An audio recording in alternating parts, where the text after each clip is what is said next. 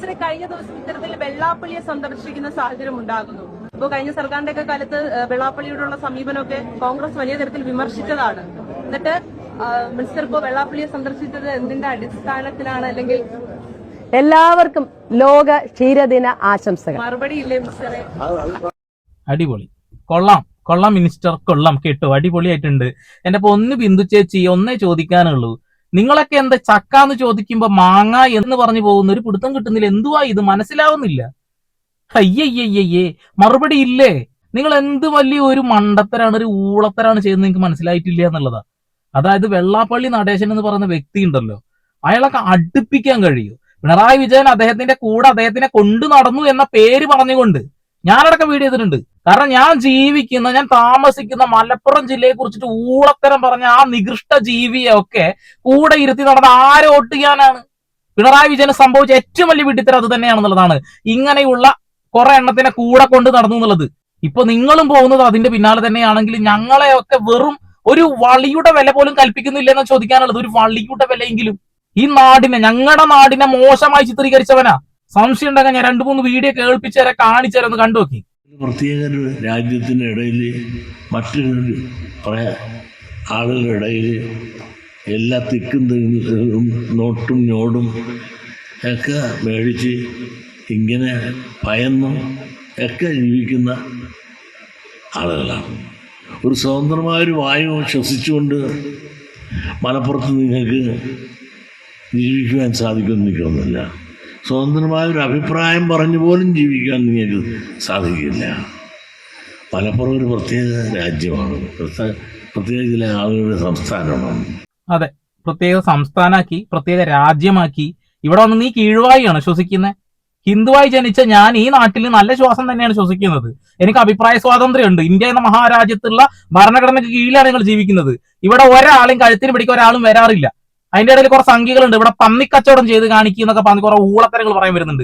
എടാ, നിന്റെ കയ്യിൽ പന്നി ഉണ്ടെങ്കിൽ നീ കൊണ്ടുപോയി വിറ്റൊന്ന് വിജയിപ്പിക്കും ഇവിടെ ബിസിനസ്. എടാ, നിന്നെ കൊണ്ട് കഴിയില്ല. കാരണം ഇവിടെ ആരും പന്നി കഴിക്കാറില്ല. പന്നി കഴിക്കുന്ന ആളുകൾ ഉണ്ടെങ്കിൽ നീ കച്ചവടം ചെയ്ത് വിജയിപ്പിക്കുക. ഏതെങ്കിലും പൊട്ടന്മാര് ചെയ്യും ചിലപ്പോ പൊളിയുന്ന ബിസിനസ്സുകൾ എവിടെയെങ്കിലും കൊണ്ടുപോയിടല്. ഒന്ന് പോടാപ്പ. ഈ പറയുന്ന കൂതറകളുടെ ഒക്കെ കൂടെ നടന്ന എന്റെ പൊന്നു മാഡം, നിങ്ങൾ വില കളയരുത്. നിങ്ങളുടെ വില കളഞ്ഞ കുഴപ്പമൊന്നുമില്ല, ഞങ്ങളുടെ വില കളയരുത്. UDF-ലാണല്ലോ നിങ്ങൾ നിൽക്കുന്നത്. UDF എന്ന് പറയുമ്പോൾ മലപ്പുറം ജില്ലയിലെ മുസ്ലിം ലീഗിന്റെ വോട്ടുകൾ കൂടി നിങ്ങൾക്ക് ഉണ്ട് എന്നുള്ളത് അത് മനസ്സിലാക്കണം. മുസ്ലിങ്ങളുടെ വോട്ടും കൂടി നിങ്ങൾക്ക് ഉണ്ട് എന്നുള്ളത് മനസ്സിലാക്കണം എന്നുള്ളതാണ്.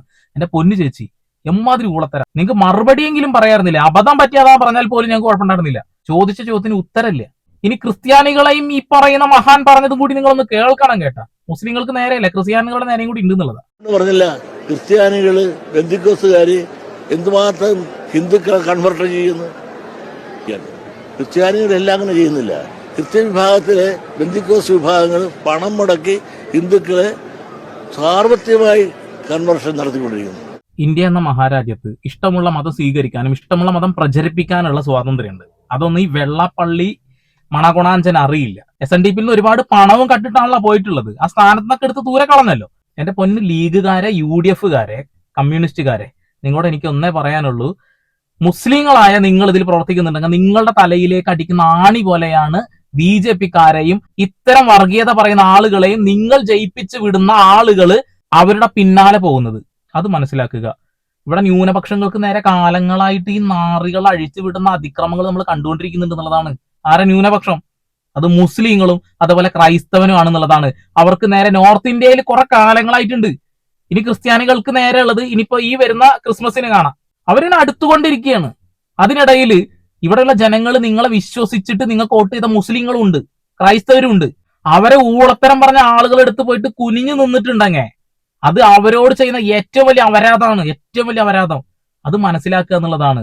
പിന്നെ പശു എന്ന് ചോദിക്കുമ്പോ ഡയനോസർ എന്നല്ല ഞങ്ങൾക്ക് ഉത്തരം വേണ്ടത്.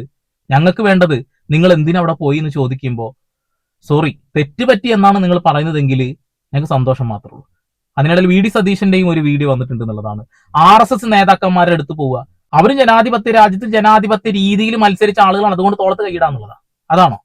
ഗുജറാത്ത് കലാപം ഓർമ്മിപ്പിക്കണം. ബാബരി മസ്ജിദിന്റെ വിഷയം ഞങ്ങൾ ഓർമ്മിപ്പിക്കണം. BJP എങ്ങനെയുണ്ടോ തോളത്ത് കയറ്റിയിരുത്താൻ പറ്റുക?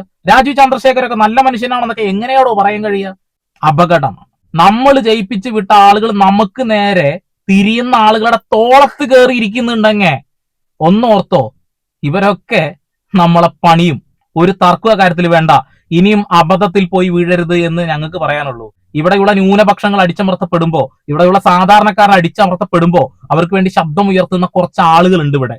അത് നിങ്ങൾ മറക്കരുത്. ഞങ്ങൾ ശബ്ദിച്ചുകൊണ്ടേയിരിക്കും, ചോദ്യങ്ങൾ ചോദിച്ചുകൊണ്ടേയിരിക്കും. നിങ്ങൾ കൃത്യമായി ഉത്തരം തരണം. കാരണം വിജയ് പറഞ്ഞതുപോലെ ഞാൻ നിങ്ങളുടെ മുഖ്യമന്ത്രി അല്ല, ഞാൻ നിങ്ങളുടെ സേവകനാ, വേലക്കാരനാ. ആ ബോധം ഇവിടെയുള്ള ഓരോ പഞ്ചായത്ത് മെമ്പർ മുതൽ മുഖ്യമന്ത്രിക്ക് വരെ വേണം. ഞങ്ങളുടെ സേവകനാണ്, ഞങ്ങളുടെ വേലക്കാരനാണെന്ന ബോധം. കേട്ടാ? കൂടുതലായിട്ട് ഒന്നും പറയുന്നില്ല. ഊളത്തരമായി പോയി, ഊളത്തരം. ഇനി തെറി വിളിക്കാൻ വരുന്നവർക്ക് തെറി വിളിക്കാം. നിങ്ങൾ നിങ്ങളുടെ വീട്ടിൽ അച്ഛനെയും അമ്മയെയും വിളിക്കുന്ന കാര്യങ്ങൾ എന്നെ വിളിക്കുന്നതിൽ എനിക്ക് സന്തോഷം മാത്രമേ ഉള്ളൂ. വിളിച്ചോളൂ. അപ്പൊ വീണ്ടും വരാം പുതിയ വാർത്താ വിശേഷങ്ങളുമായി. Sandeep Edappal signing off.